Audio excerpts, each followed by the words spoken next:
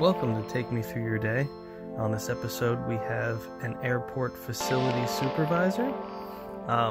As interesting as this episode is, while he takes us through his job, I think there's some very important takeaways from this if you can, hang in there and get to it.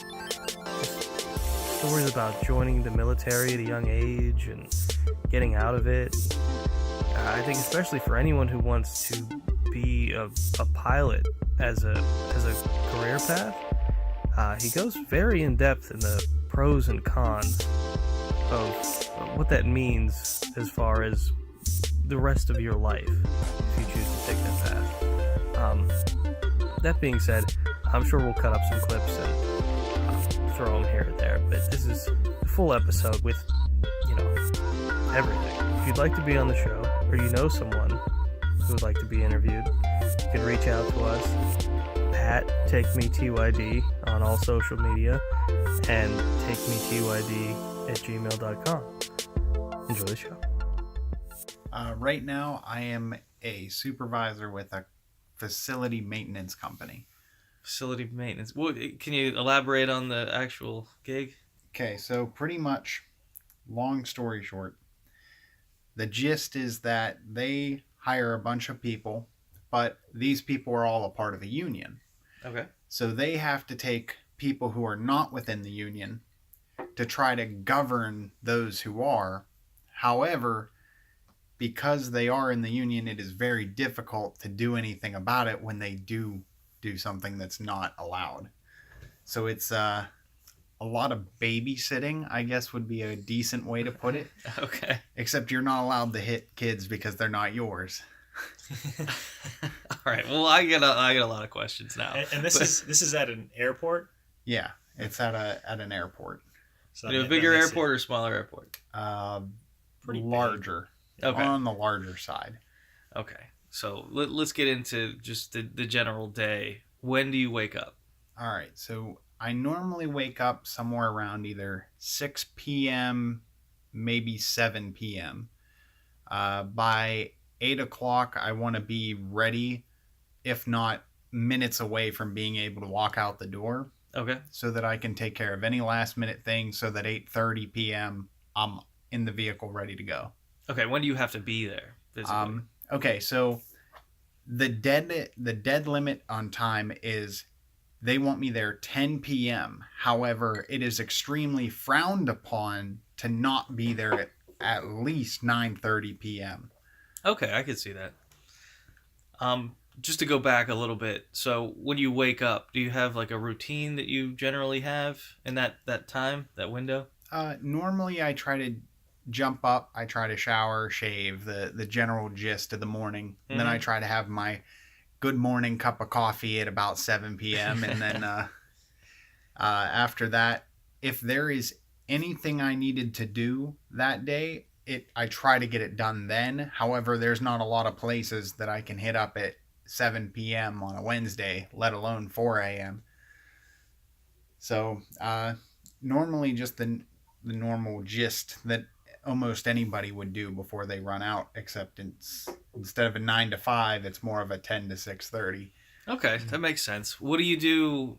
You have like a breakfast kind of thing you do? So the way it works, because of the time, the places within this airport all close at 8 p.m. except for two places. All right. There is a strip market sort of deal where they have like smaller food items that they refrigerate, but because they know they're one of the only two places open, they are not afraid to charge you an arm and a leg for something you could have picked up for $1. Yeah, exactly. Whereas the other one is a coffee chain that, again, they know that they can get away charging ridiculous prices for a breakfast sandwich because where else you going to go? After you get through security, that's it. You're either going to pay that price or you're not going to eat. Yeah, exactly.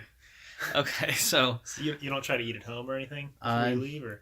If my time allows, if I have nowhere to go, nothing to pick up or anything, I will try to eat before. But even if I eat at, say, like 8 p.m. right before I leave, I know that I can't even nibble on something till close to 4:30 a.m., maybe 5 a.m. So it's still a long gap in between. Yeah. Do you have something like a go-to kind of thing you'd make for yourself?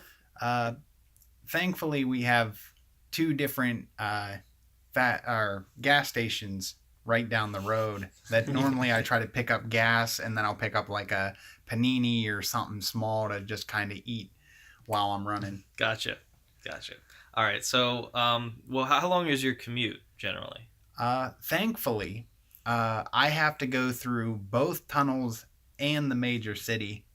So, but because I'm working at 10 p.m., I don't hit any traffic on my way there. About 40 minutes. Okay, 40 minutes. Are you listening to anything on the way? I try, but unfortunately, I just have that peasant FM and AM radio, so I'd normally just leave it off. It's not worth listening to. That's a good call. There's a lot of garbage FM. Yeah, very good call. All right, so you get in there, and is there like an employee parking situation, or what are you doing there? Okay, so there is an employee parking at the airport. However, you have to go through a bunch of obstacles. Not that you have a choice, because otherwise they're going to charge you ridiculous amounts per hour to be there. So you have to go through a whole security check and all this other stuff to even get the badge to park an employee. But it's not, when you finally get it, you just have to hope every day that when you show up, they didn't turn your badge off for whatever reason. Why is that a common thing? It can be. A lot of people think that the one badge they get is good for anything they do in the airport. Okay. So a lot of the times when they change positions or they change companies, they don't realize that that badge was associated with their specific thing. Okay. So it'll end up just getting turned off on them on random sometimes. And this is a fairly new position for you, right? Like you started what? I started there about 25 days ago. Oh, okay. So this is all kind of new to you. That's good. I'd like to try to do these all in the eyes of someone whose first day it is for something like this. So you get your badge, you get to park in the employee parking lot. What's kind of the first actions you get into? From there, I have to go through the whole land side of the building that's before the security checkpoint. I can normally move pretty freely there. I have one of my two offices there. I can go in there, I get ready, kind of do any miscellaneous stuff that I didn't get around to. And I try to greet all the employees as they come in, because thankfully, out of the other people in management there, I have built the best relationships with them. Okay. So I managed to stick around long enough to say hi to everybody, see what's going on, if anybody's having any issues, to try to assist them in leaving their baggage at the door before they even start clocking in.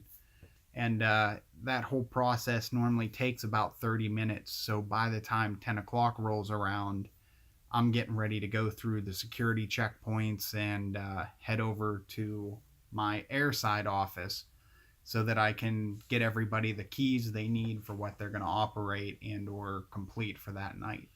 Okay, now when you say you're greeting these employees, what's the area like? What's the situation? Is it like an office type setting? Is it like a locker room type setting?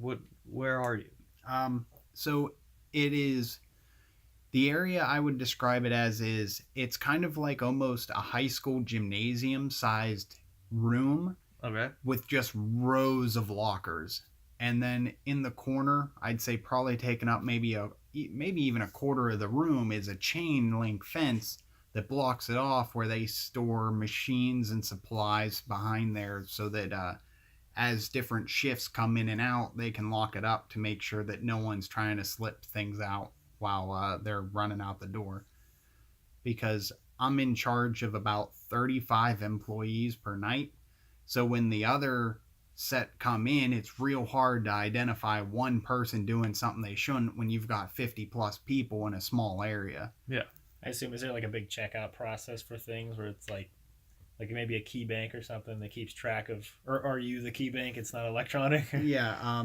After I hand out the keys for each individual person. I have to write down their name, their number, and the key that they took, because some of the keys are as high as almost $200 to replace, and that's not even counting the fine we would get charged for it disappearing. Yeah, there's actually pretty crazy. The place I work, if you lose a key, it's such a big area.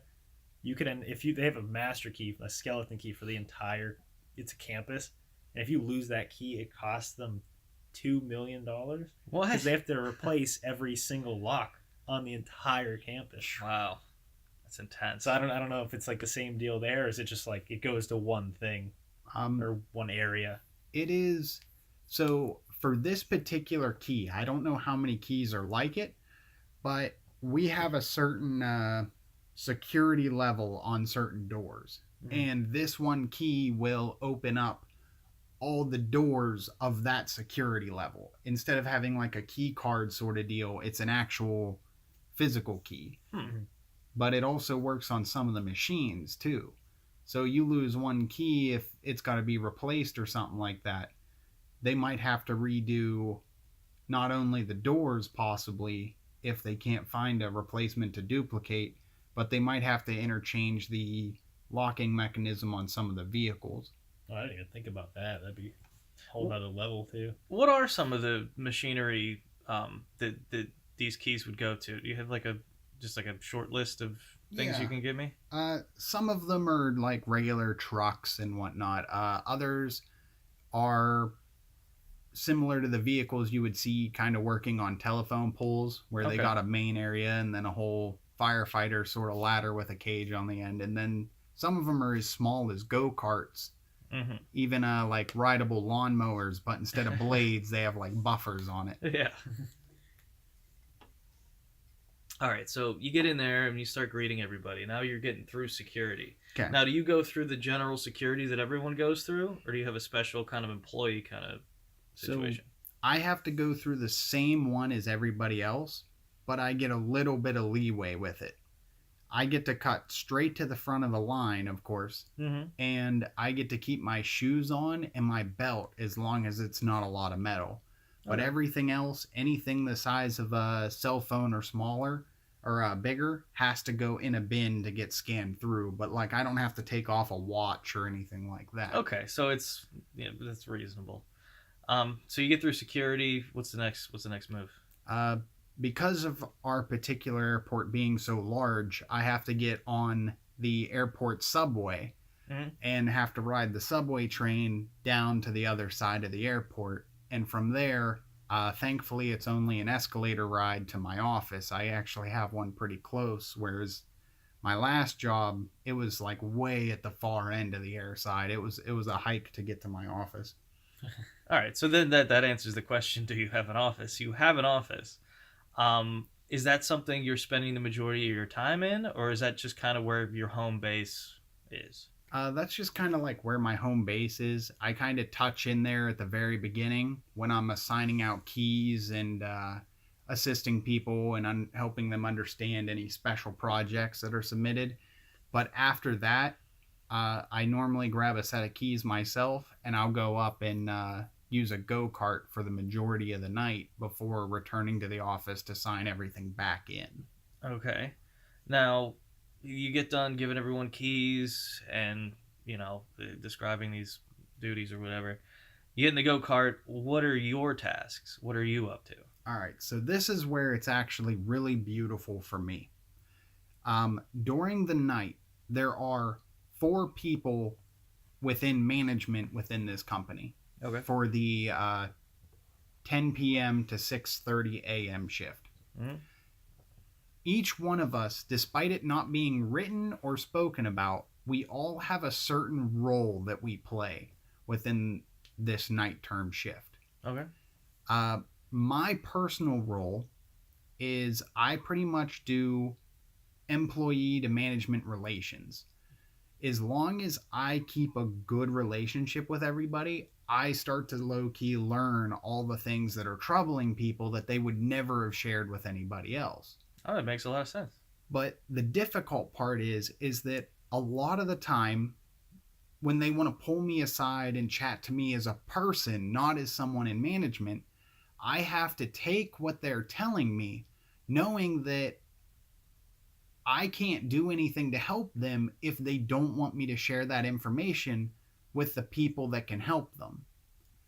What, can you give me an example of that? I mean, you don't have to get into any names or specifics, but can you give me a general idea of what you mean? Okay, so this one person in particular, Mhm. previous to, I'd say November, or previous to the start of my time there, they have most workplaces have a rule where you can't work directly with family, or you can't be in a relationship with somebody in a position higher than yours, Okay. or different things like that. Here, they have nothing like that. Mhm. There are whole families, mother, father, sons, daughters, husband, wives, in various positions, and they all work together or not together, depending on how it all works out. Yeah. This one person in particular, her father was recently let go. And she personally felt that ever since that occurred, she was constantly being targeted by the people who make the schedule as far as what job you're performing that night. Yeah.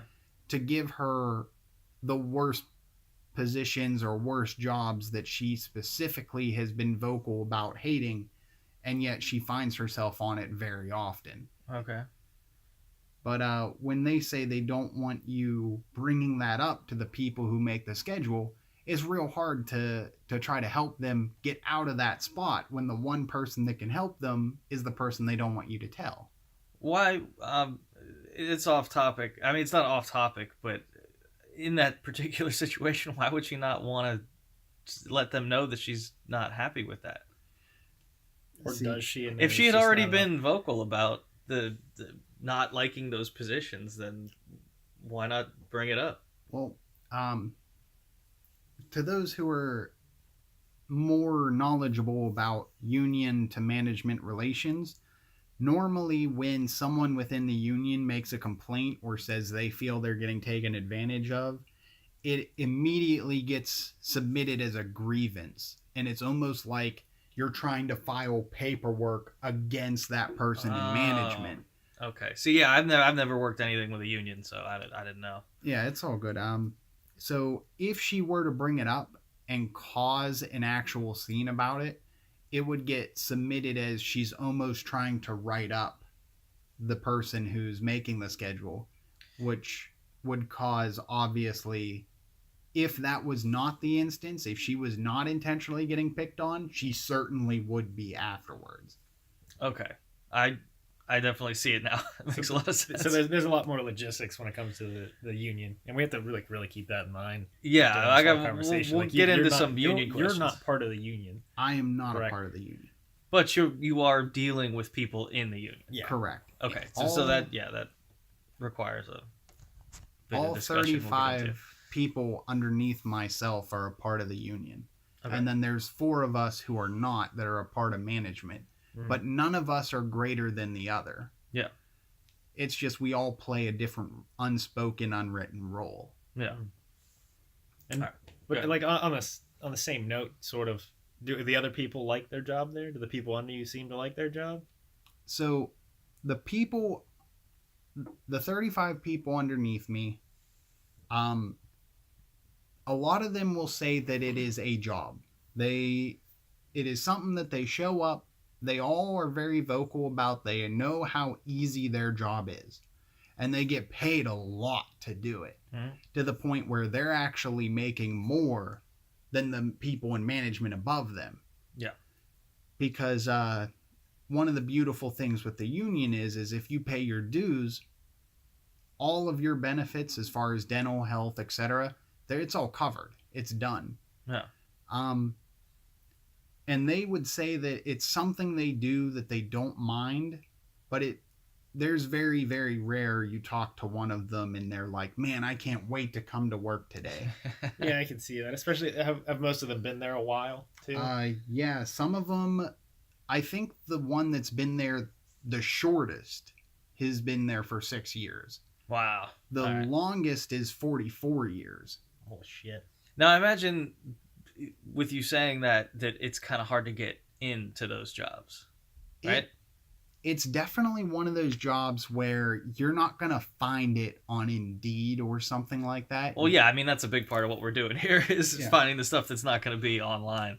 But these people that get into the unions, there's not a lot of turnover, I imagine, since these people stay for so long. Correct. The turnover is seriously either they dislike what they're doing very early on and they know it's not for them, or they're there for a long time. Yeah, I get that. All right, so let's go back a little bit. You get in your golf cart? Is that what we're doing? It looks similar to a golf cart depending on the make and model. Okay, fair enough. Well, what are some of the things that you're doing throughout? Let's just take it up until lunchtime. Let's Okay. say, whatever.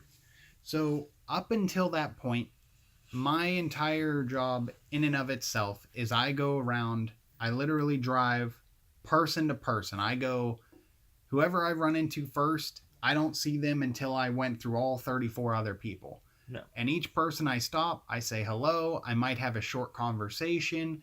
If they need something, I write it down, and on my way back around, I give them whatever they needed. Okay. But most of the time, they've been doing this job for so long, it's rare they actually need something. Yeah. So it's normally, hi, how you doing? 5-minute conversation, goodbye, next person. Mm-hmm. And just like I mentioned earlier, sometimes they might just have something bothering them that they needed 10 minutes to just stop and vent about something, and that really opens up the rest of their night. Yeah, I mean, I don't think a lot of jobs have that, but that's a great thing. I think more people would be a lot happier in their work if they had someone to do that with. And no one's really like complaining to you about stuff, or is it? Some people complain in the sense of because it's an airport, everything they use has to be hypoallergenic. They cannot use anything that would irritate or possibly be allergic to anyone or thing. Are we talking about like cleaners or what? Yeah, like anything, like mostly cleaning chemicals. Okay. But unfortunately, there are certain jobs that people can get through the lottery of the system that they just hate. Like some people just don't want to spend all night cleaning bathrooms. Yeah. So what they'll do is they'll complain that one of the chemicals that they use in the bathroom is irritating them. Yeah. And then they go to the doctor, and the doctor's like, oh, well, this person said this is irritating them, and now we can't put them in bathrooms. Oh, okay. So, I mean, yeah. If you're there for a long time, you start to figure stuff like that out. I'm It's like, not all cleaning right. the bathrooms. Go to my doctor's. Exactly.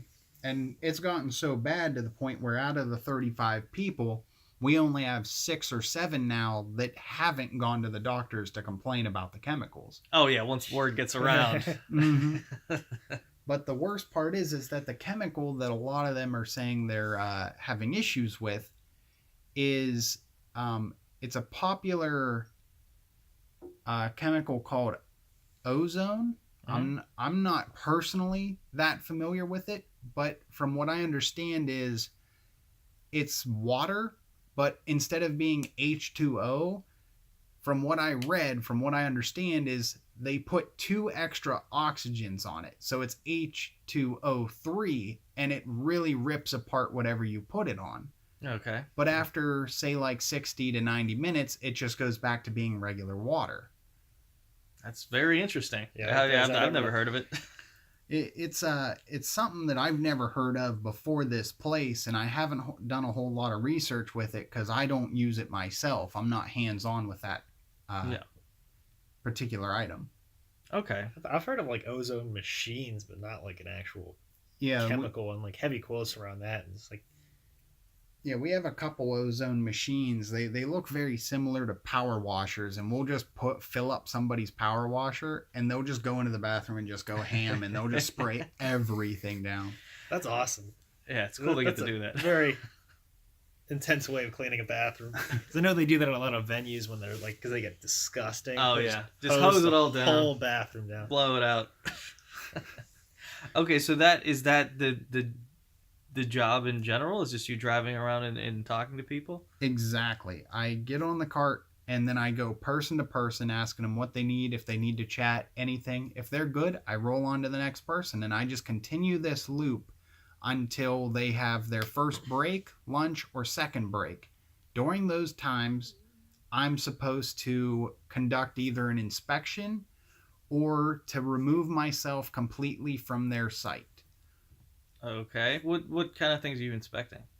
Say if somebody's specific position was to, let's say, empty all the garbages, and I've been watching them as I go around, and I'm like, okay, they're completely done with this quarter of the airport.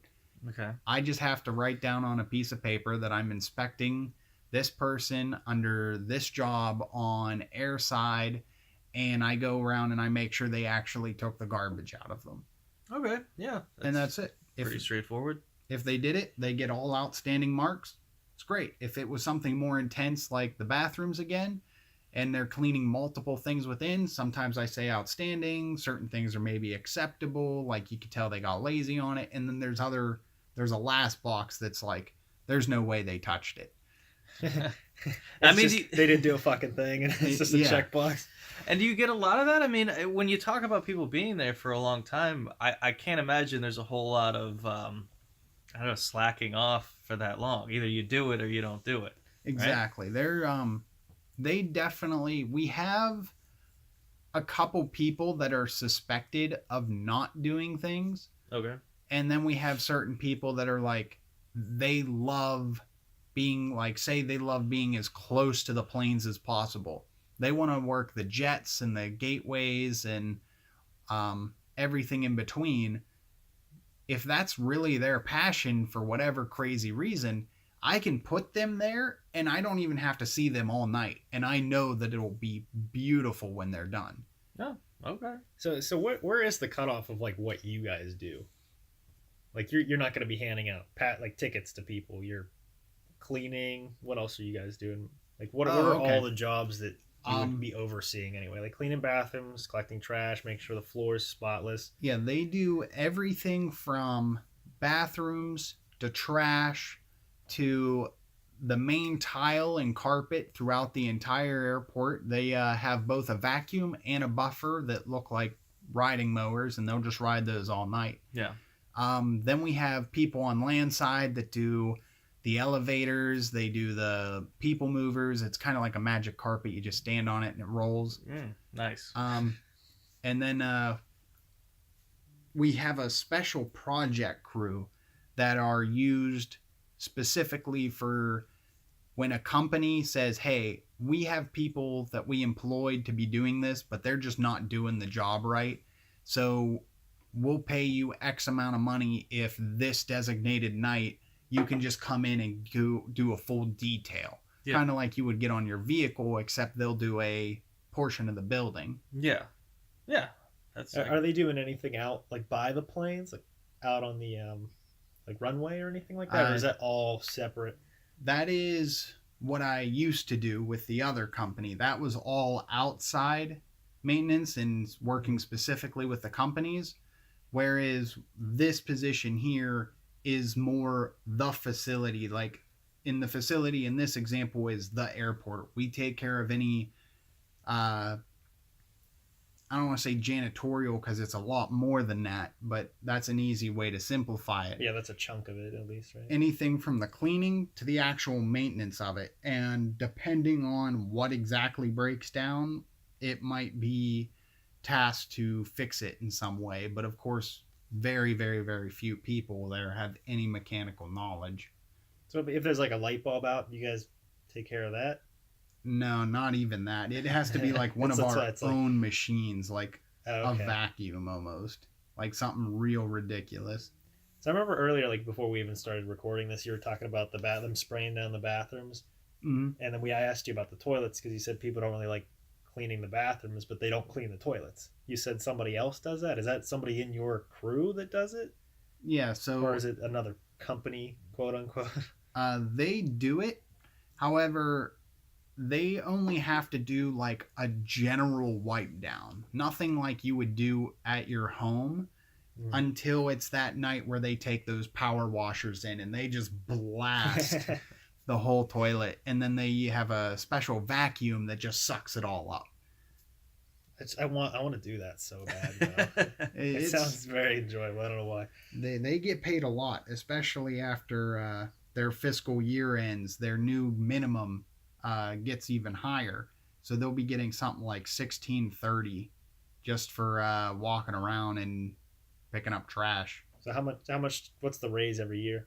For them, I'm not exactly sure. Is it every year, or is it just like when they negotiate?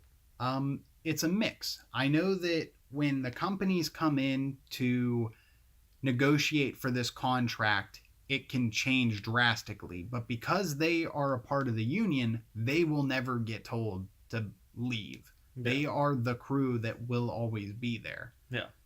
Whereas once those contracts are activated and it tells them how much they're going to be making if they choose to stay or whatever, for the length of that contract, every year they have to get a raise. And normally it's a set amount. Like at the start of this contract, I believe it was somewhere in the neighborhood of 14 something. And then last fiscal year it was 15 something, which we're coming up on the end of now. So this final year of the contract, it'll be 16 something until this contract ends and it'll be renegotiated upon. I see. I mean, that makes sense to me. I get it.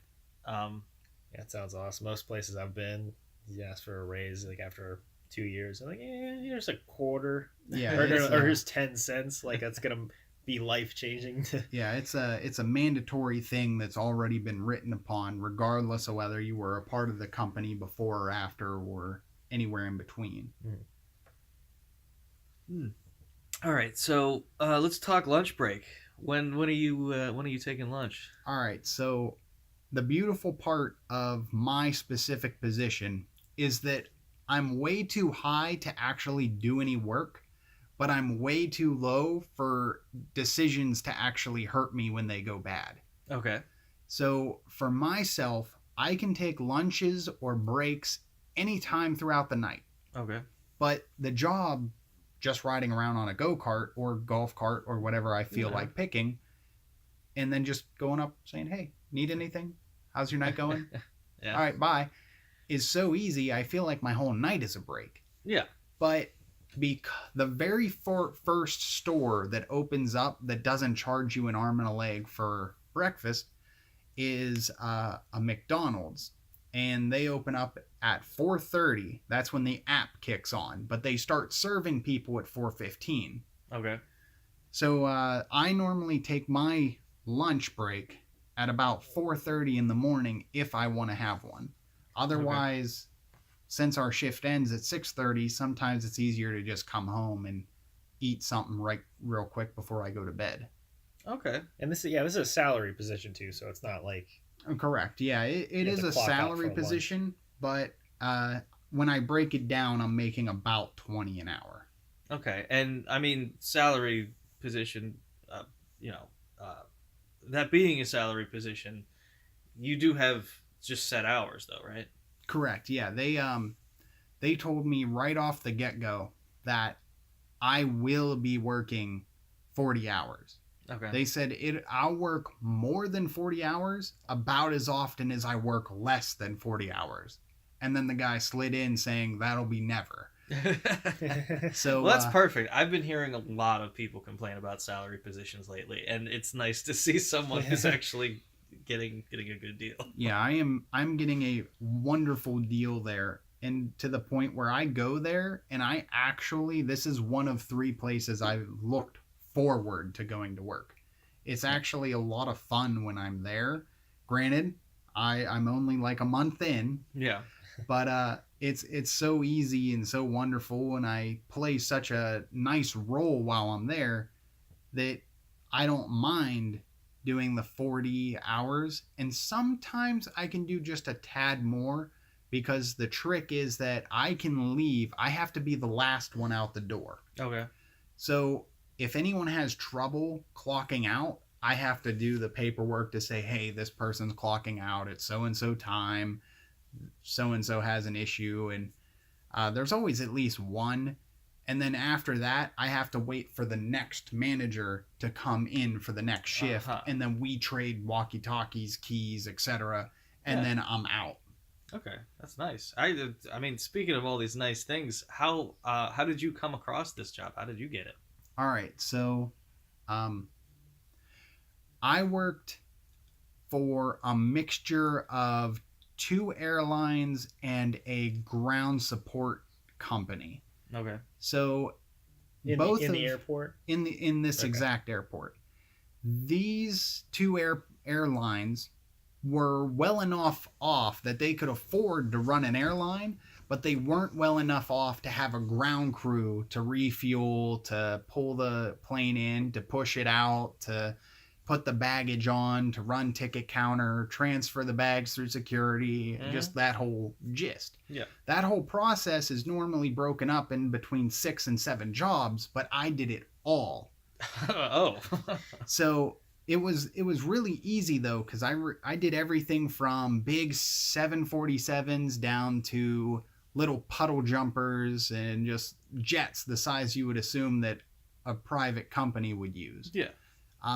But having done all of that, the person I had above me, once he had a manager who was competent, he did one of those, I'm going to teach him my job so that I can be salary and only work 11 hours a week. Yeah. So he was still raking in the good money while I was struggling at $12.50, but doing the station director's job. Yeah.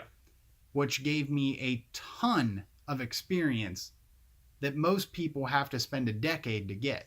Yeah, I mean, I imagine you learned a lot doing all that. And did you hate it while you were doing that? I loved it. The only thing that killed me was that I enjoyed it so much that I was constantly offering to do doubles. Which the issue with the doubles were there was a 4-hour dead zone between the 2 shifts.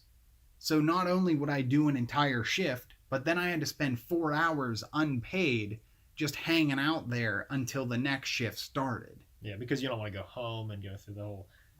And so there were some times where if I offered to do the double shift, there was no point in going home. So I would just spend the night there. So it was, long story short, I gained all that experience. And I was able to, on my resume, show that I was able to do all of this stuff. And I was able to apply, I was qualified to apply for operation manager level positions that were paying like $60,000 a year salary.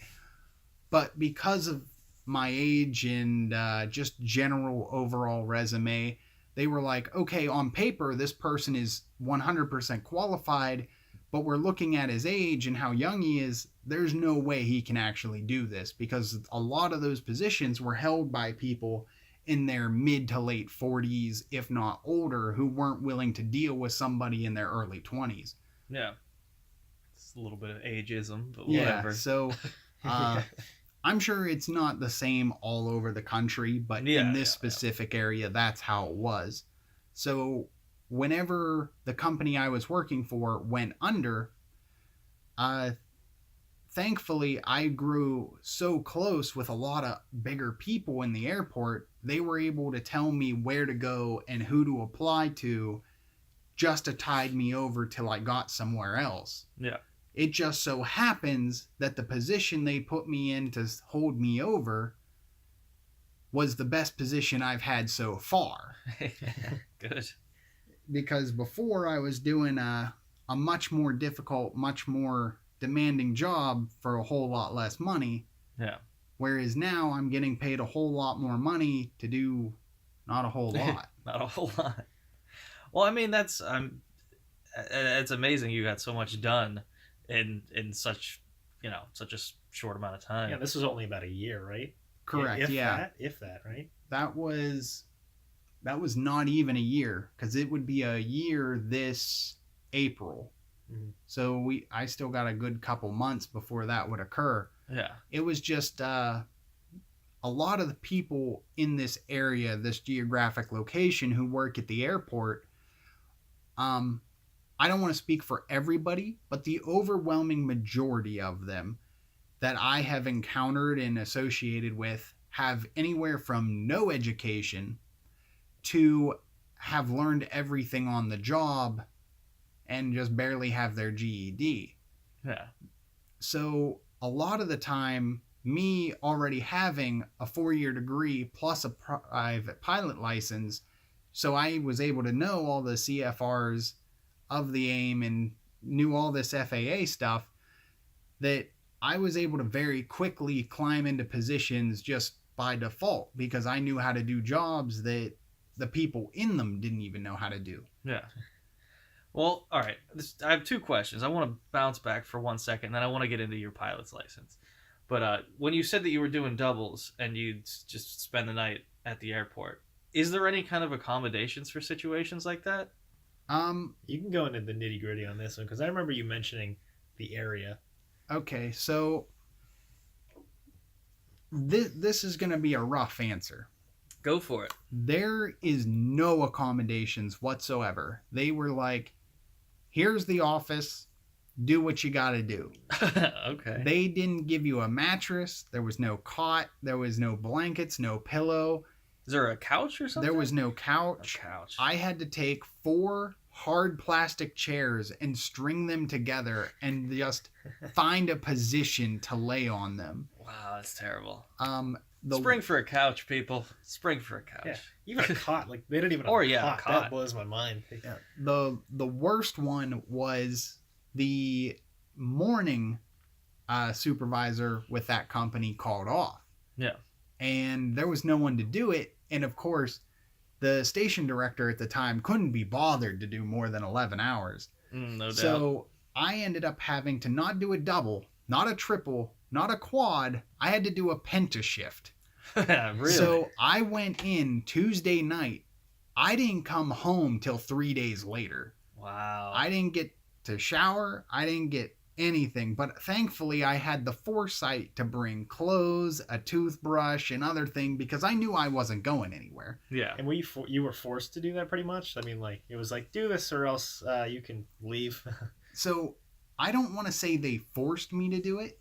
However, they planned it in a way that if I didn't do it that week, I was going to get part-time hours for a full-time position. Oh, They were it's just going to screw you. Yeah, it's a soft threat. Like, Yeah. they're like, no, we're not going to fire you, but you're not going to like it. Yeah, do that. exactly. And this was the other job, just to clarify. Yeah, too. this Yeah, was yeah, the yeah. other. This was the old position I had.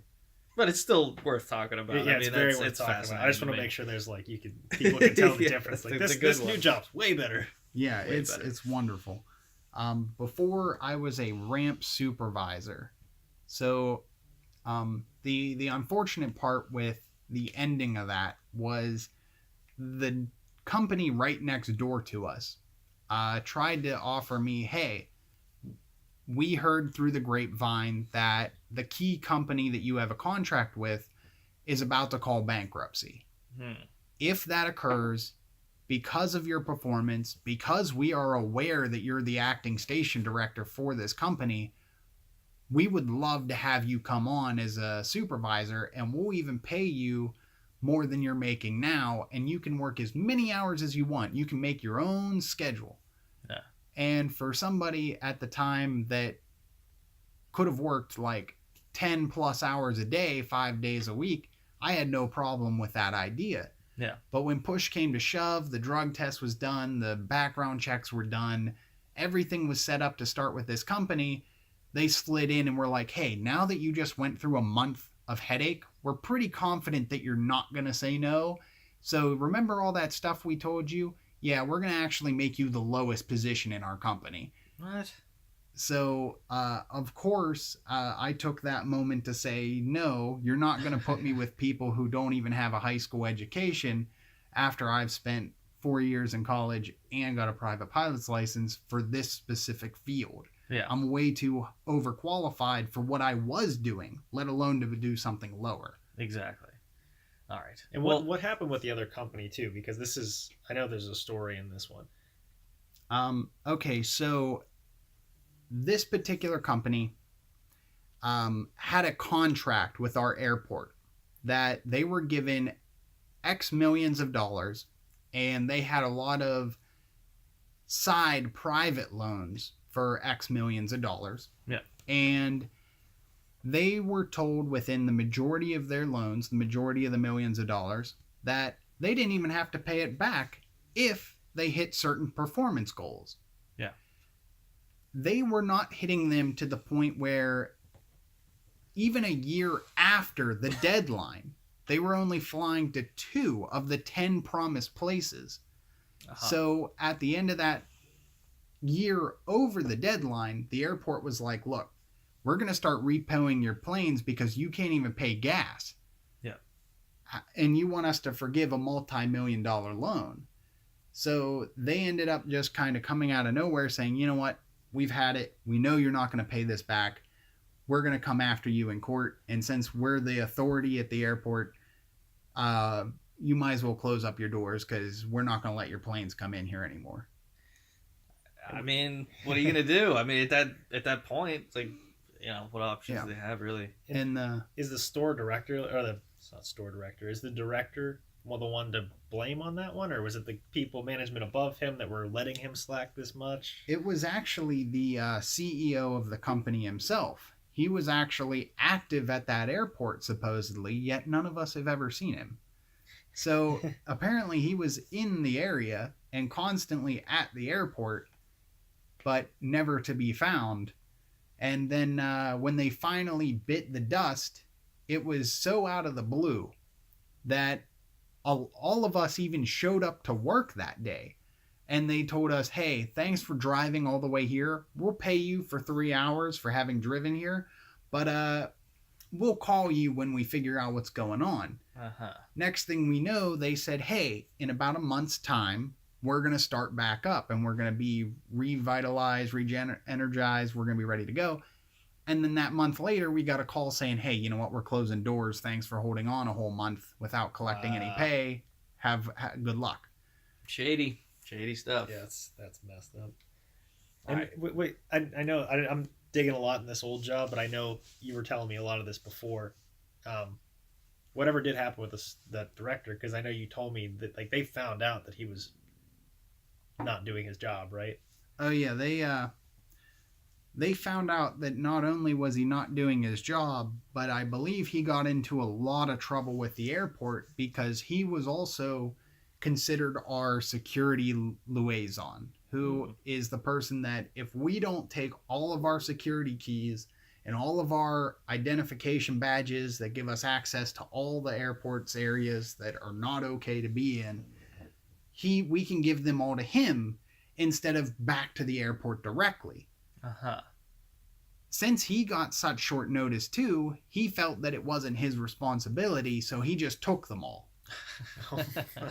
That's bold. So when I was trying to get me and the other employees who weren't fond of the idea of being on workers' comp, because we actually like to work for a living, we found out when we went and applied for new badges that we're getting pulled into I don't want to say interrogation area, but a question zone to figure out exactly, hey, where did these keys go? Where did this security badge go? Who has them and why do they have them? And after they figured out who had them and whatnot, everything was fine.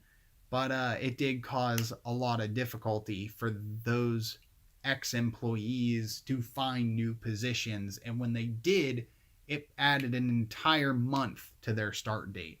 Wow. Jeez. What a mess. That's ridiculous. Do you have any more on this? Because I want to go back. We'll pretty much wrap up the other job. No. I wanted to go into your background. I want to hear a little bit about your background and how you got your pilot's license and what got you interested in the first place. Yeah, if you want to start from the beginning, like even high school, like if you were doing anything in high school or what you planned on doing but didn't. All right, it'll be a little lengthy, but go for it. So when I was in high school, I straight up did not care. When I rolled around, I was working at a restaurant, and I put all my high school years there. Mm-hmm. When I hit 17, I was in 11th grade. I was like, you know what? I'm just going to join the military. This will be fine. I have to do this split op option where I spend my summer vacation between 11th and 12th grade doing their basic training, but then I come back and I spend my 12th grade year, and then once that is over, I go back for the second half of the training. Uh-huh. And I, at the time, was like, I'll probably just go do this full time if that's in the cards, and that'll be it. That'll be done with it. But I very quickly learned, after having done it for about 2 years, I was like, this is not what I want to do. But my 2-year point was after I finished my second half of training. So at that point in time, I learned that was not what I wanted to do before I even went active. Okay. Because the split op option, in order to enter it at 11th grade, 17 years old, which is the bare minimum of both, you were forced to go into the reserves, which is 2 days a month. It's normally a weekend. And then every summer, normally, it's 2 weeks.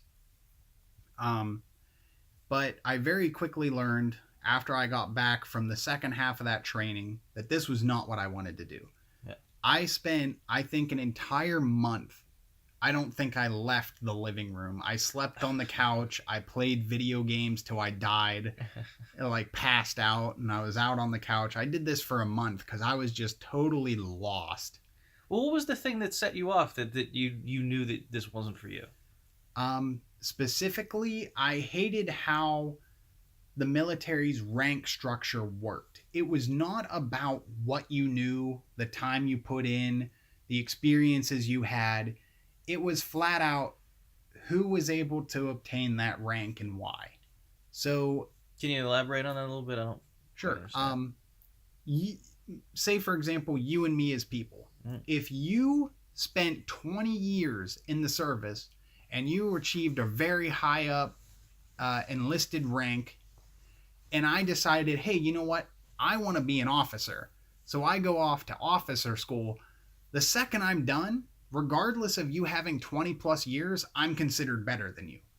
Meanwhile, I never spent a single day doing jack. Yeah, that sounds awful. So It sounds very unorganized. It's just very weird structure. So the thing that killed me was that the people who went through and did the whole enlisted method, even those ranks there, if somebody put in enough time and they just did the bare minimum of what they were supposed to do, eventually they would get rank. And half the time, because of that mandatory kind of, you gotta push them up, nobody left behind, Yeah. eventually you got people who had no people skills, no actual understanding of how to manage others, or sometimes didn't even know their own jobs, in power positions where they're supposed to be leading and guiding other people. I remember a couple of times where I actually got lit up really bad just because I wanted to go work out instead of play basketball.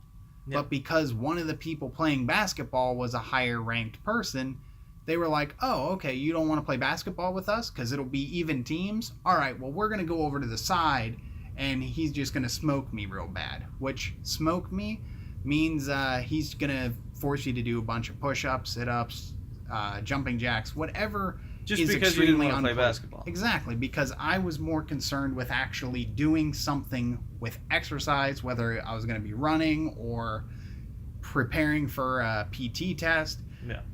He would rather see me play basketball with them than be actual diligent in doing what I'm supposed to be doing.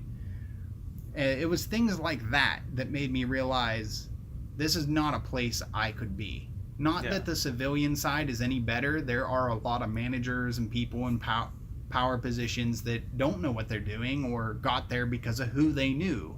Absolutely. But the difference is that when someone's incompetent in the workplace here, you can work through it. It might take a lot of extra internal strength to do a job that you might not be being paid to do, but you can power through it. There, if the person above you isn't holding their side, and they let somebody above them down, that is just a snowball that rolls downhill.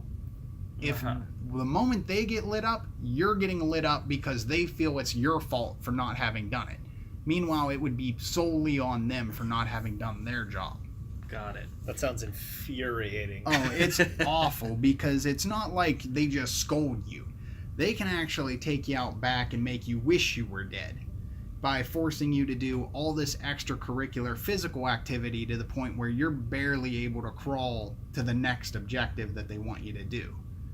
So they will make it so you beat the crap out of yourself so bad that you just physically cannot continue because they didn't want to do their job. Yeah, I don't know how much you can get into like the details of it, but I mean, like let's say like they did take you out back to do all that stuff, and you're like, no, fuck you.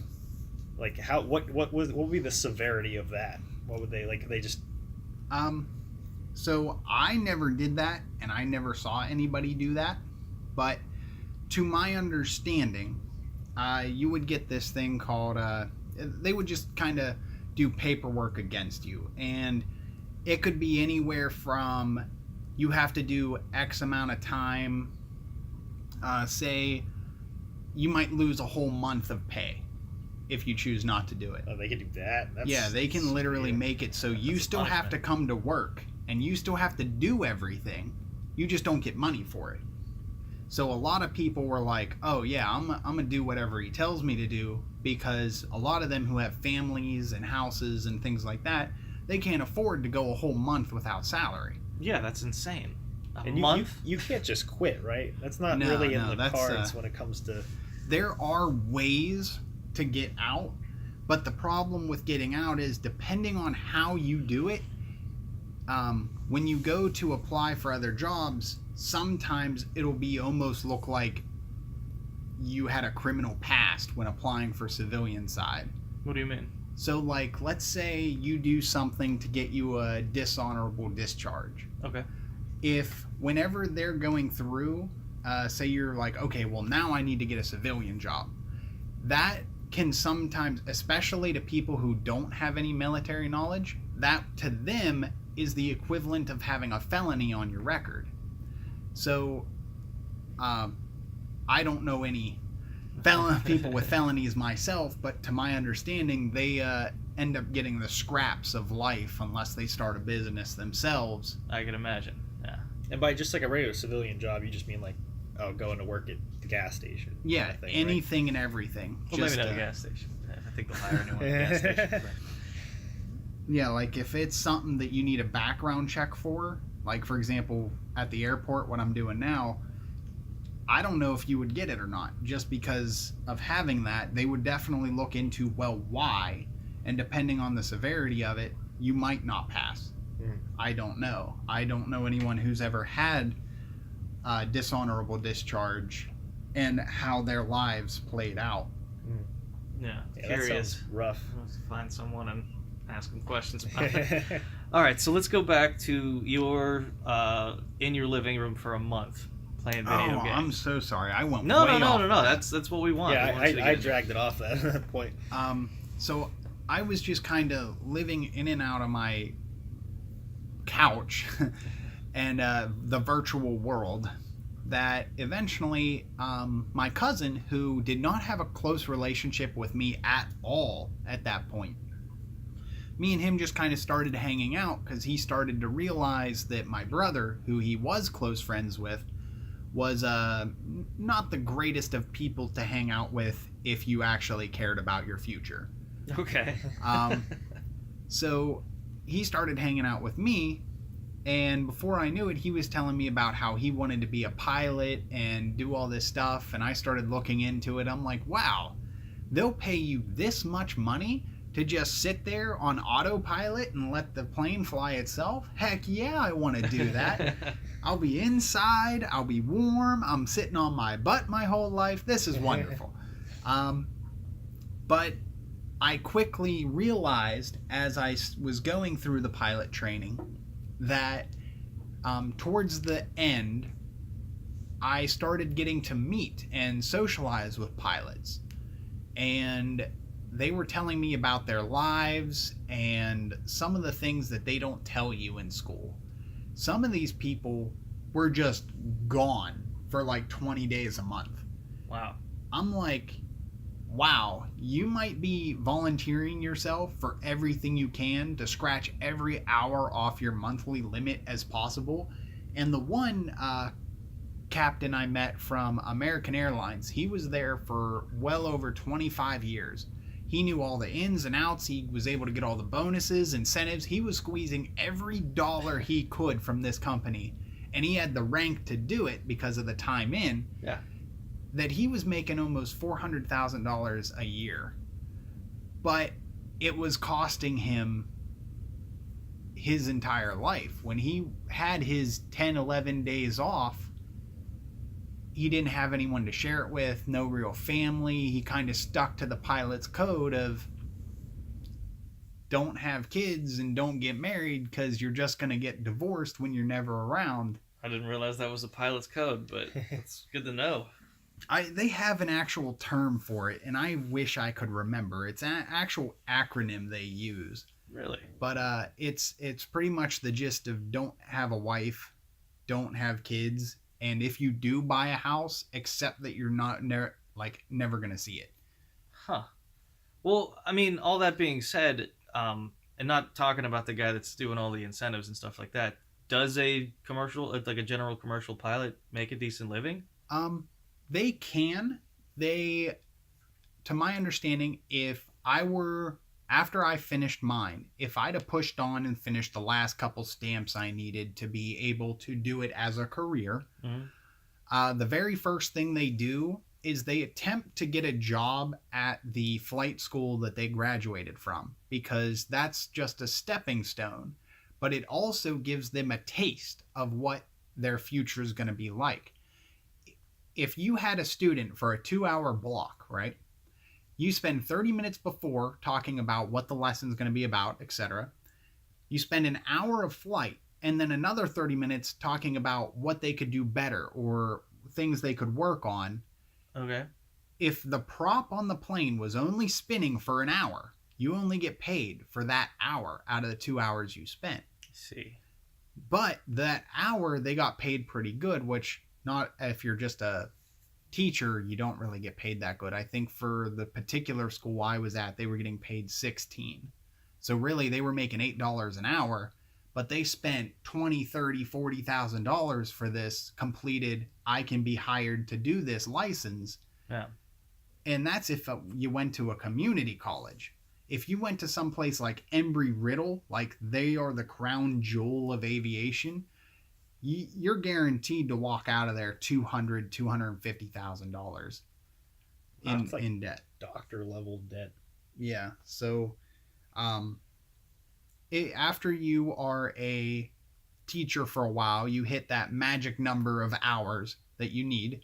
You can take that and you can go and start applying for actual positions. There are 2 different types of pilot positions.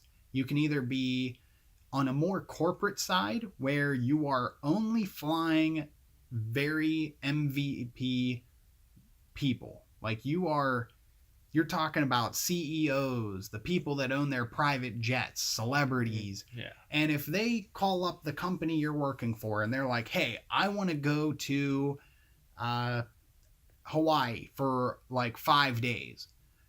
You got to jump up at the press of a button to fly them to Hawaii. But then while you're there, you're at Hawaii with them. You don't go back.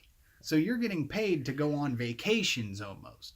Yeah. Which, as a young single person, you're like, man, if you're going to pay me to see the world and see all these places and you're going to pay me a per diem, you're going to cover where I stay, you're going to pay me for food, I can spend time on the beaches or wherever you want to do. Yeah. That sounds amazing. But eventually, when you start hitting higher up there and you have a family and whatnot, you're like, man, this beach is nice. Tahiti's nice this time of year, but I wish I was at home with my kids and my wife or husband or whatever. Mm-hmm. Eventually, it loses its glamour. And that's when they start hurting. But people in those positions can easily make like $60,000 plus. Okay. Whereas if you're more commercial side, As far as like an airline, depending on the specific plane, your seat within the plane, you can make 100-ish thousand plus or minus pretty easily. Okay. The ones that I met, even the ones that were flying the tiny puddle jumpers, were making 60 to 70. And that's just walking in the door. Okay. So if you were flying a 747 or something, you were making 100 plus. Whereas if you specialized in like the 777s or something gigantic, where you were flying a hotel practically, Yeah. some of them were getting paid like 150, 200,000. And then supposedly, I can't confirm this, I never talked to one of their pilots, cargo carriers such as FedEx and UPS were some of the highest paying places but that's because at the drop of a hat you could be going anywhere. Yeah. It didn't matter. You didn't have to worry about people. You didn't have to worry about insuring those people if something were to happen to the flight. You just took packages, and you could be doing that all the time. Absolutely. I'm sorry. I probably no. That was all good. That was all good. At what point did you realize that wasn't for you?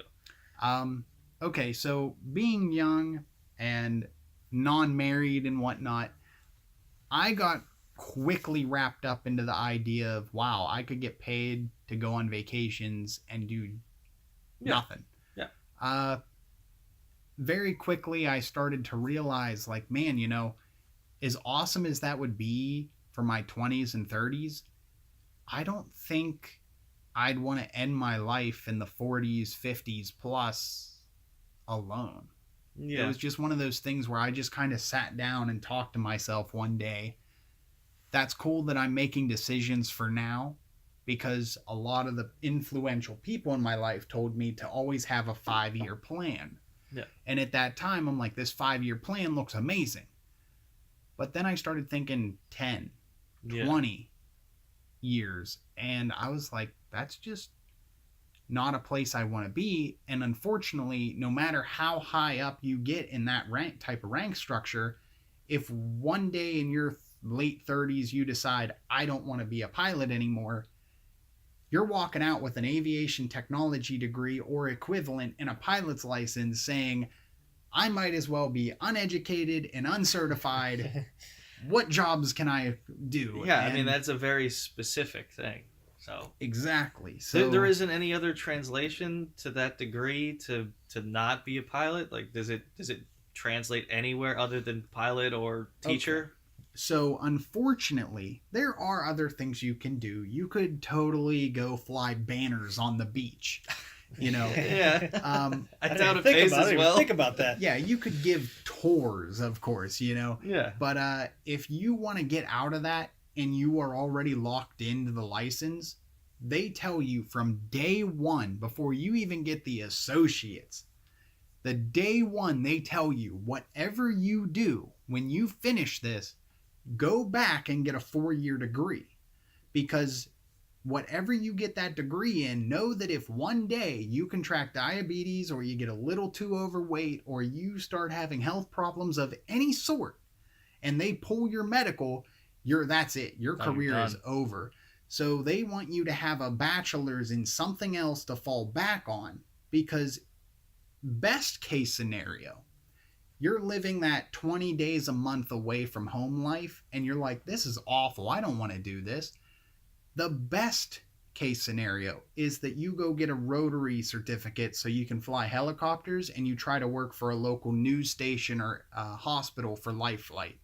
Yeah. That is the best case scenario. But most people who get kicked out of it, it's because they can no longer maintain the physical fitness. Yeah. So when they get booted out of that, if they were like, nah, nothing's ever going to happen to me, I don't need that backup 4-year degree, well, now they got nothing. That's kind of sad. Yeah. You're going to the gas station, I guess. Yeah, because they can't even transfer into management or something like that because they have no actual management skills on paper. They just have operation skills. Well, speaking of which, you said you went to college. What did you have a major? Yes, I majored in aviation management. Okay, so you were already kind of getting the ball rolling in this. Yeah, I also did aviation technology, which aviation technology was the path that my school used. That was just a name they threw on to say pilot school, because they treated you like a technology student. You had to take all the technology courses, you had to take all the weather, all the actual technical part of how you would fly. So I had to do all of that, but I also did all the management part, which, funny enough, aviation places do not want people with bachelors in business. If you just have an average run-of-the-mill business degree, they will take an aviation business degree way before that. Really? Because a lot of the extra courses you have in the aviation side give you the foundation to build upon. Yeah. To understand what's going on at the airport. So an average business major can't just roll up in there without having started at the bottom and learned from as if they had nothing to go off of. It might accelerate the rate that they get up through there, but it won't be like they can just walk into a management. Yeah. Yeah, that makes sense. Just to get back into what you do now, and to kind of wrap this up a little bit, because I think I got one more thing to include about the go for the it. schooling, because I do remember you going through this. Like, I've known you long enough that I saw the transitions and everything. They were kind of screwing you when you had to get the hours for your pilot's license, weren't they? Correct. Because it was very, very difficult to get the hours, to afford the hours, right? Yeah, to anyone that's interested in being a pilot, the thing I can tell you right up front is that for the beginning, they want you to get a certain number of hours. And for every hour you spend with a teacher in the seat next to you, it's going to be over $200 an hour. And you need hundreds of hours. How many hundreds? If you are quick, if you walk in here, so my biggest downfall was I walked in here treating it like high school. I thought as long as I showed up and smiled, I'd get credit and move on through. No. That is not the way. You have to have the internal maturity to be like, okay, this is law. If you have that level of maturity where you can actually go home, understand everything, you could probably get through it somewhere in the neighborhood of 250 hours. Okay. And a good portion of that is probably going to be by yourself without an instructor, which means you're only paying probably about 100, maybe 110, which still isn't bad in comparison to 200 plus an hour, but that's still $100 an hour for nearly 200 some hours. So how many of those hours did you need the instructor in the I'd say for? If you treat it like it's your life, you probably need an instructor in there for about 100, maybe a dash more than that. Mm-hmm. Because the private pilot, the first step, they say, oh yeah, you can get that done in like 55 hours if you don't have any trouble. But a lot of people have trouble with something.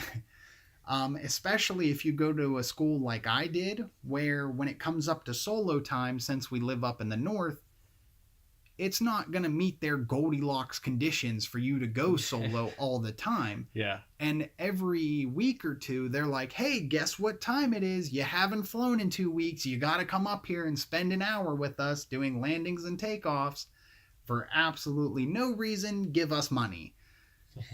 So it can get pretty pricey if you don't get the weather to assist you.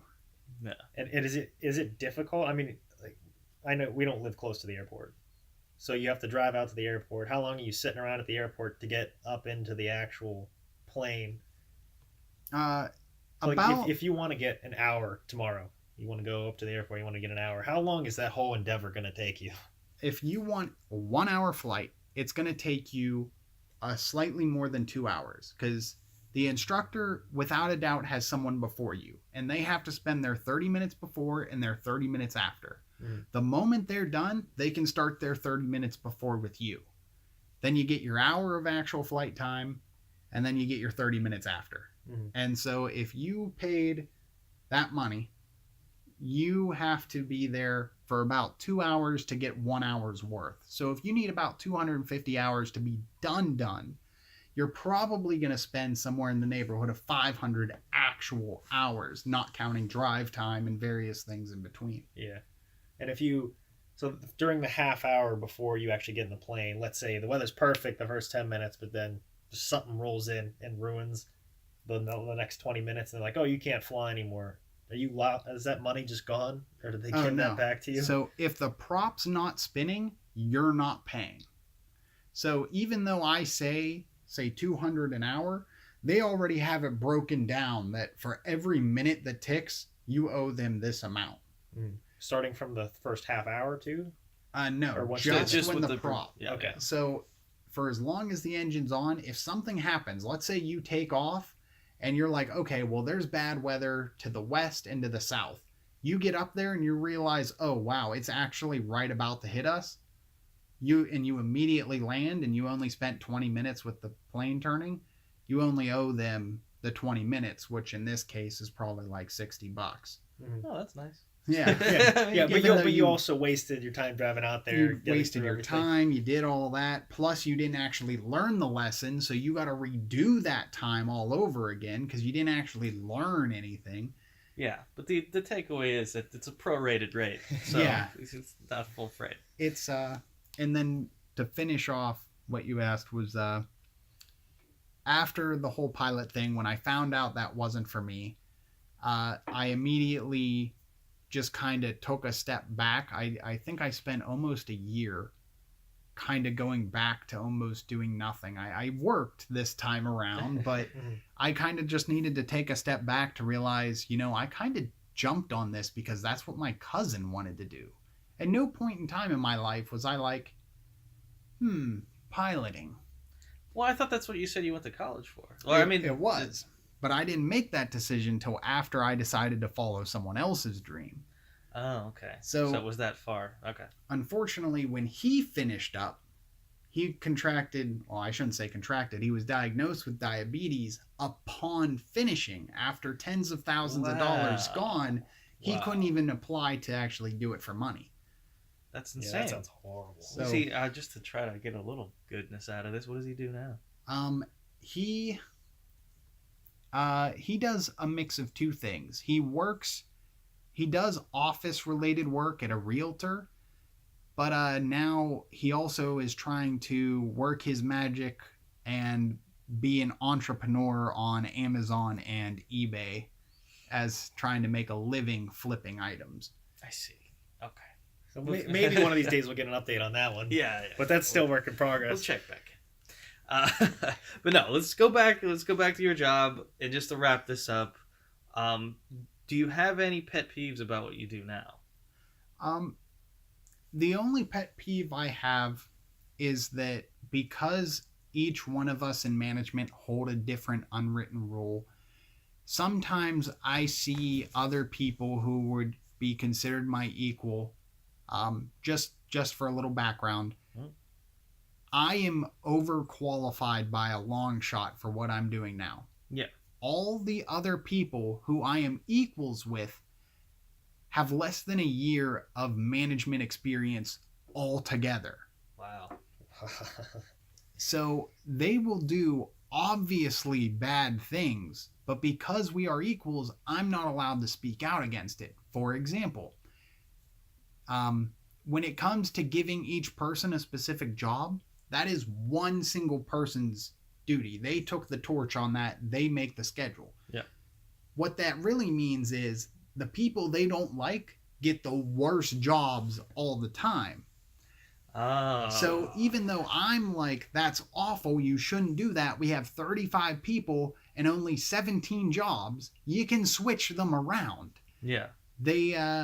It's not my place to be that person. There's not like a higher up that you can be like, maybe you Exactly. should look into this. The person who's above us who should do something about that, he never works our shift, and he has a strong policy about not accepting any he say, she say stuff. So he's never there to see it for himself, and yet he does not accept complaints from verbal people without proof. If he got a complaint saying someone was sleeping, he would want a picture on someone's phone with the timestamp. Well, I mean, I get that, but in this particular case, I mean, it's not really a he said, she said. It's, hey, this guy's been cleaning toilets for like a month. Like, he's been doing it. I mean, you can see that he's been doing it. Mm-hmm. That's not, you know. We actually have that exact situation going on right now. Really? And despite me putting their disputes onward to the other people, they're like, oh, okay, I'm sure we can find something worse for them to do. Oh, that's so ugly. So Jeez. it's like they're complaining, hey, I'm doing bathrooms 5 days a week for over a month now. They're like, can I do something different? And I'll put that forward, and they'll be like, oh yeah, we can give them something different. What's worse than what they're doing now? And then they'll get something different, but it's the total opposite direction of what they were hoping. I see. All right, that sucks. Anyway, do you have any good stories about the job? I know you've only been there shortly, but As far as good stories, there are a few people who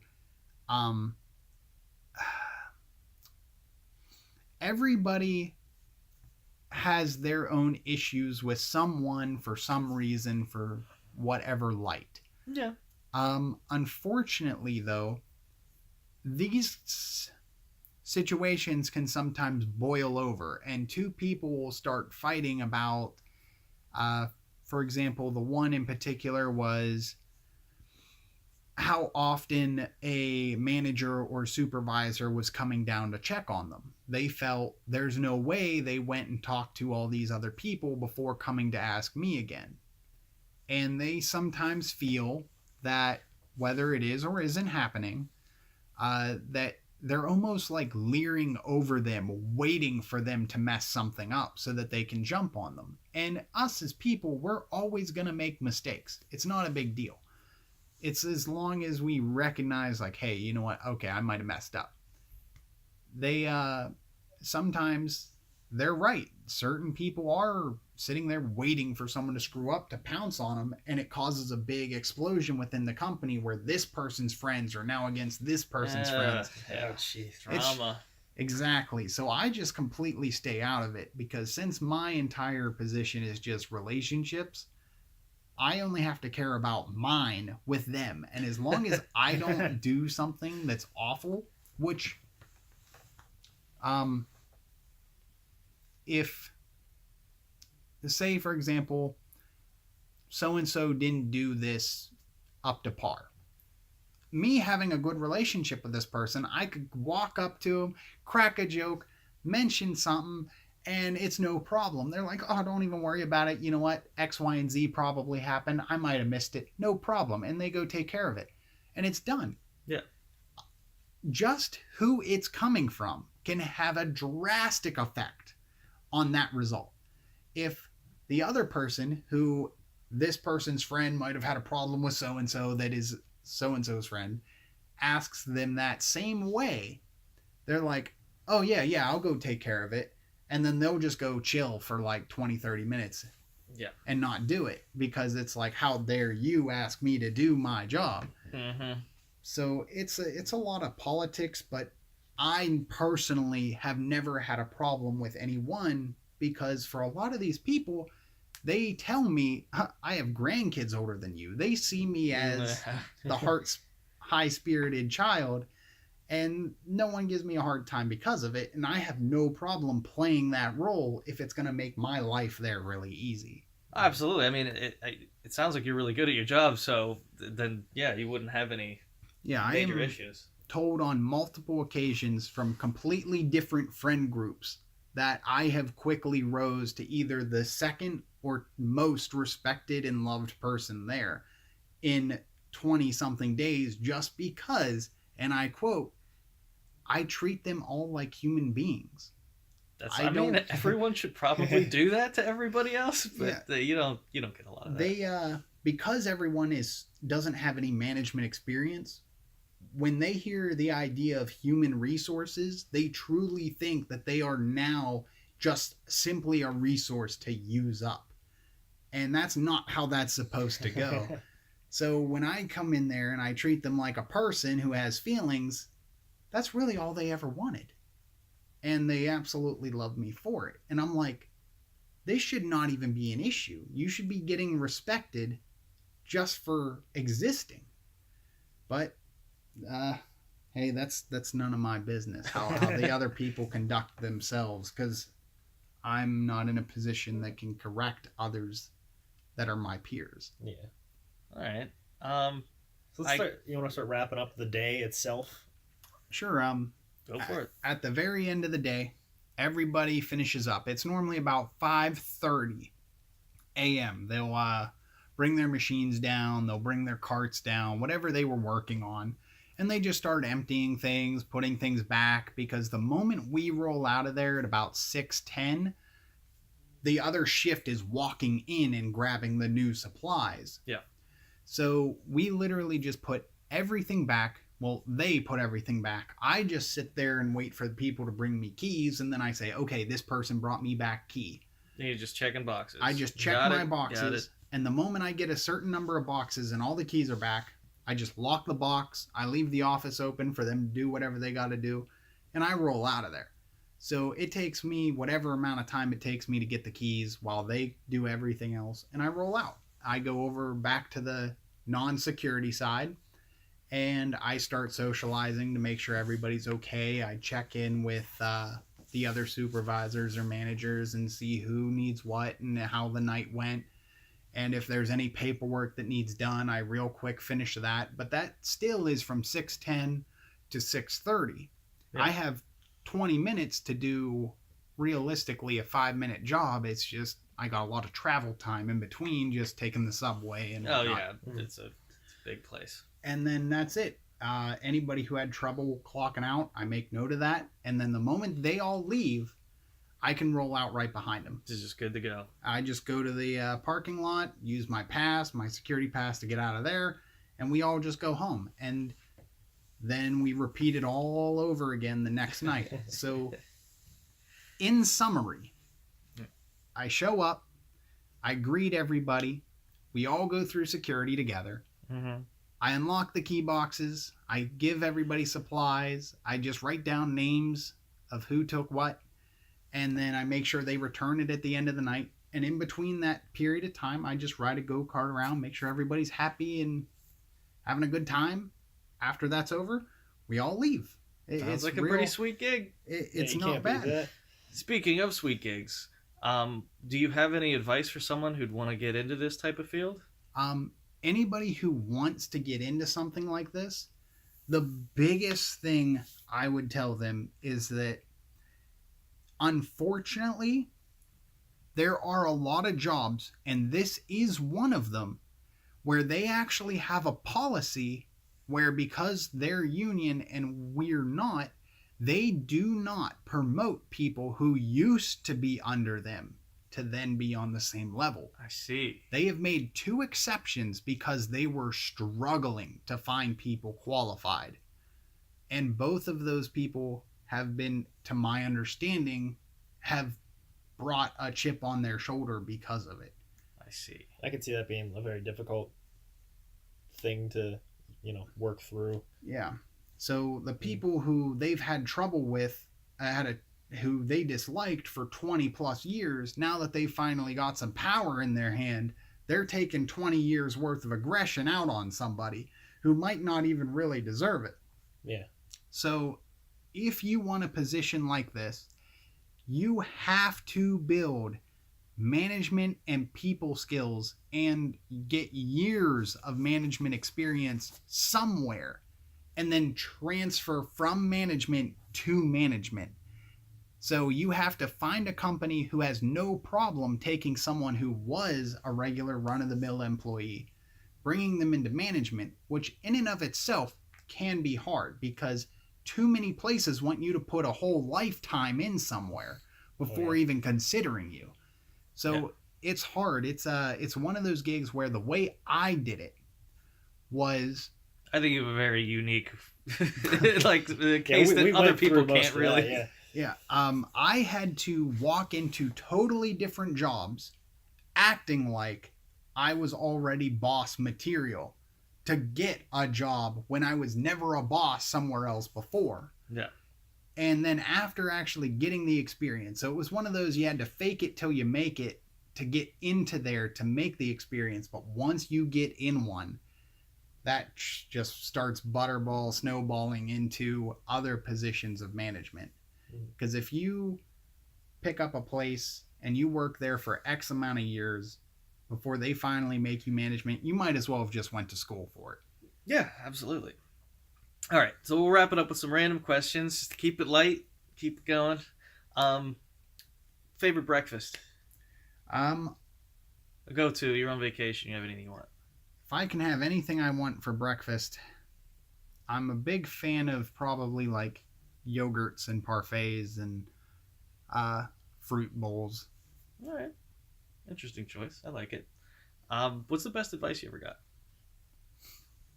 Don't think about it too hard. Just whatever pops in your head.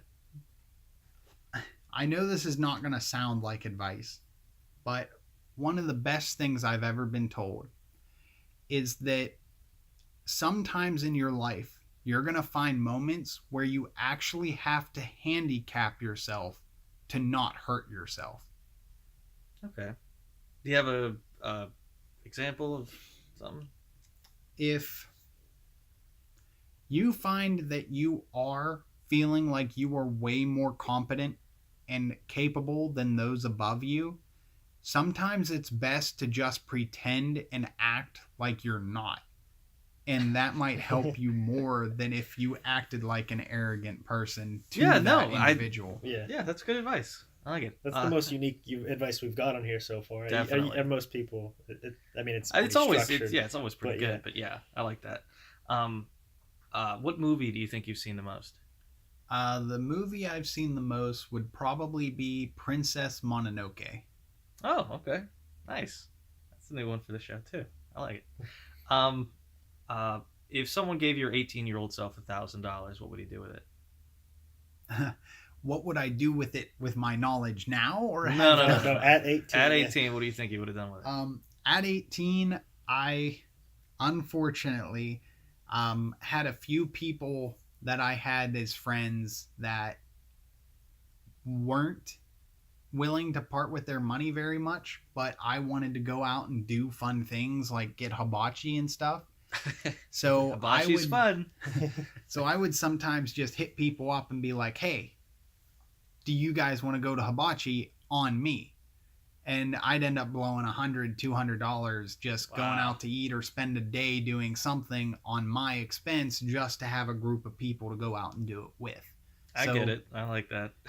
If 18-year-old me had $1,000, I'd have spent it mostly on other people to go out and do fun group things together. Do fun stuff. I like it. What about now? What'd you do with $1,000 if someone gave it to you right now? Now, because I'm still relatively young, I'm still really fresh into the career life, I honestly would just flat out save it to the point where I can either buy a reliable functioning vehicle or means to get to work and back that is personal owned, or I would save it up for a place to live that you don't rent to live at. You buy a house. Yeah, to pretty much buy a house. Okay, that's good. What's your favorite candy? Favorite candy?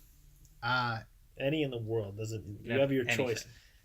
All right, so favorite American candy, I love Fast Breaks from Reese's. That's an interesting choice. However, if in the world, as you say, in London, you can order them on Amazon.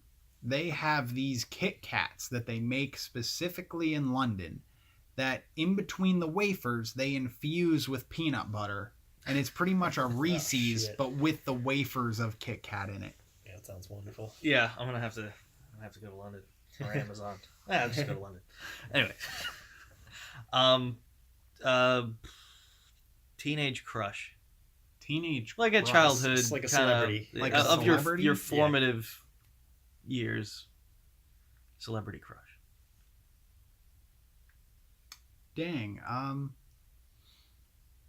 In my teenage years, I watched a lot of Tales of the Crypt, and of course, they use a lot of no-name actors Okay. and a lot of B-movie things, because there was a lot of times where instead, as far as celebrity crushes go, if people were too famous and too mainstream, it just totally turned me off of them. Okay. So there's tons I could think of off the bat, but I'd have no idea their names or. All right, just give me an episode then. Give me an episode of Tales from the Crypt that really. Tales of the Crypt. It was. The name of the episode was something like Four-Sided Triangle or something like that. It was about. It was almost like a rip-off of Children of the Corn or something. Okay. It was this girl that I had a crush on, I guess would be a celebrity crush. And she was working on this farm, but she had some sort of like amnesia. She was like found and they like allowed her to live there because she was a I remember that runaway. episode. Yeah. And she started falling in love with this scarecrow, and they're sitting there telling her like, oh, that scarecrow is not alive. And then the husband dresses up like a scarecrow and pretends he is the scarecrow to try to get with this young girl. And that would probably be a celebrity crush I can name off the top of my head. Although I like it. Very specific. Yeah, curveball. I like it. Never seen her in anything else though. Yeah, I'll look her up on IMDb later.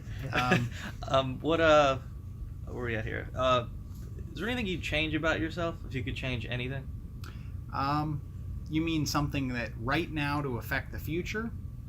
Could be literally anything. Yeah, Like, I mean given your we've had a example. very large spectrum, but yeah, I mean anything. Okay, so the one thing I really wish I could do is that a lot of people see things that are mostly tools. Let's say, for example, cars. Realistically, at the end of the day, a vehicle is meant to get you from A to B and have four wheels on it most of the time. Okay. But yet we treasure this tool depending on whether it holds a name like Corvette, Dodge Viper, Lamborghini, Ferrari, Maserati, Rolls-Royce, etc. We hold some of these tools to a whole different value than like a Nissan Versa. Well, Okay. realistically, I see trucks all the same as a tool. Yeah. I wish I saw cars and many other things in life that serve one purpose, but at drastically different value points. I wish I saw them all as simply just a tool and you buy the cheapest one you can because it's only meant to serve this purpose. There's too many times where I bought things that were way more expensive than I needed just because the way other people view them or hold them. Really? All right. I mean That's interesting coming from you too, because you don't really care to buy a lot of things. But you had a nice car though at one point, right? Yeah, I back when it was actually new, I had that 2010 2SS RS Camaro, white with the red That's what I stripes. thought. Had that cold air intake. I loved that car. Now, speaking from someone who has owned a Nissan Versa, dare you say that it's very different to drive a Nissan Versa versus a Camaro? So that's the beauty of it, right? I wish. So even, let's say, for example, there are certain things that are different, like Nissan Versa. I would love it to be like a convertible or something like that. That's something that is drastically different in experience. So it is different, but it's different in bad ways. When you have a giant 6.2 liter V8, 426 horsepower, the entire point of that item is to go fast, get you in trouble, lose your license, wreck, or cause damage to yourself or someone else. There is no other reason. unless you actively go to the track, all like 5% of the people that say they need this. Honestly, even though it'd be awesome for somebody to buy like a super hyped up convertible that has like as many horsepower as they want, realistically, if they just got a Fiat Spider or a Mazda Miata with a 1.4 liter, if not less or slightly more, something that 0 to 60 is like 8 seconds, you're getting the convertible, but you're getting enough dumb in the car that it can't get you into trouble realistically. Okay, I see where you're getting at there. That's nice. We'll move on from there. What kind of music do you prefer and why? Okay, so depending on my mood, I normally just try to listen to whatever's on the top 20 in the country at the time.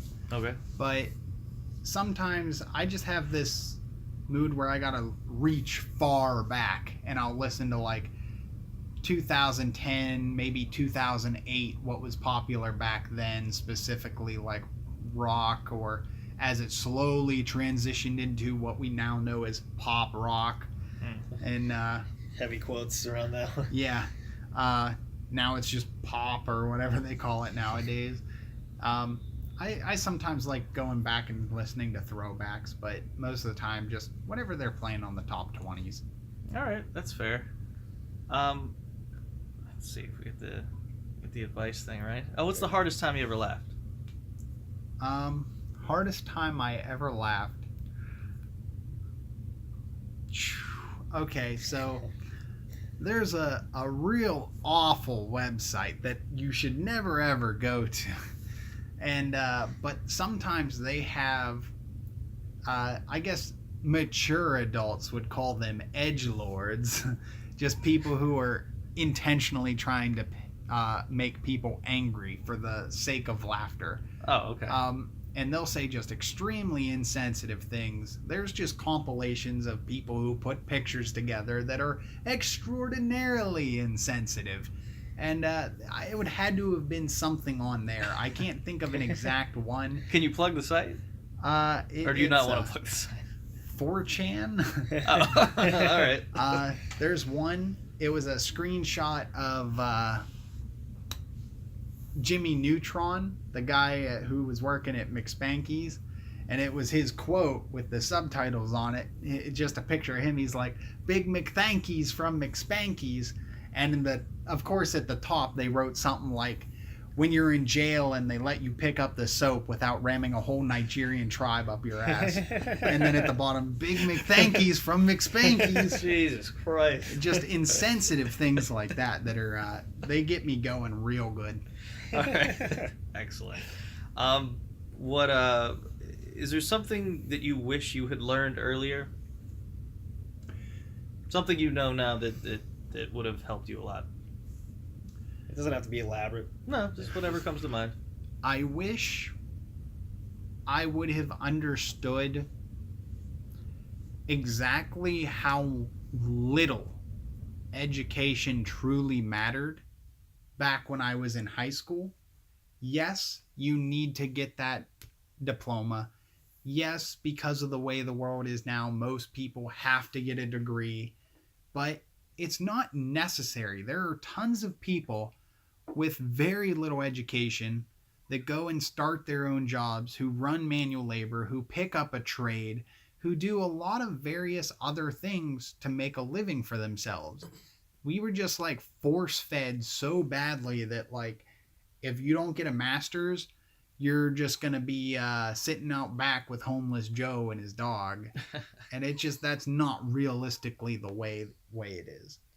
That seems like a continuing theme, to be honest with you, on these podcasts. It's a general through line of like maybe not, whatever the case. Do you have anything to add before we wrap it up? We're missing one more question.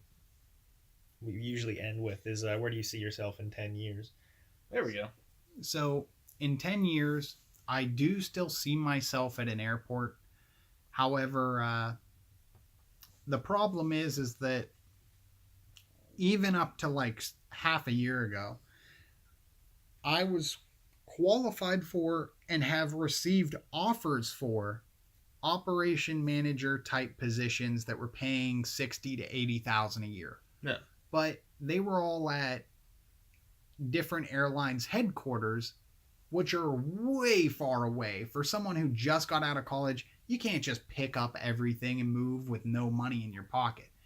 So in 10 years from now, who knows? Maybe I will be working somewhere out west with one of these airlines headquarters doing really well for myself. Maybe I'll still be here, just a higher level position. I can't really say, but I know that wherever I will be, I will definitely be above where I am today.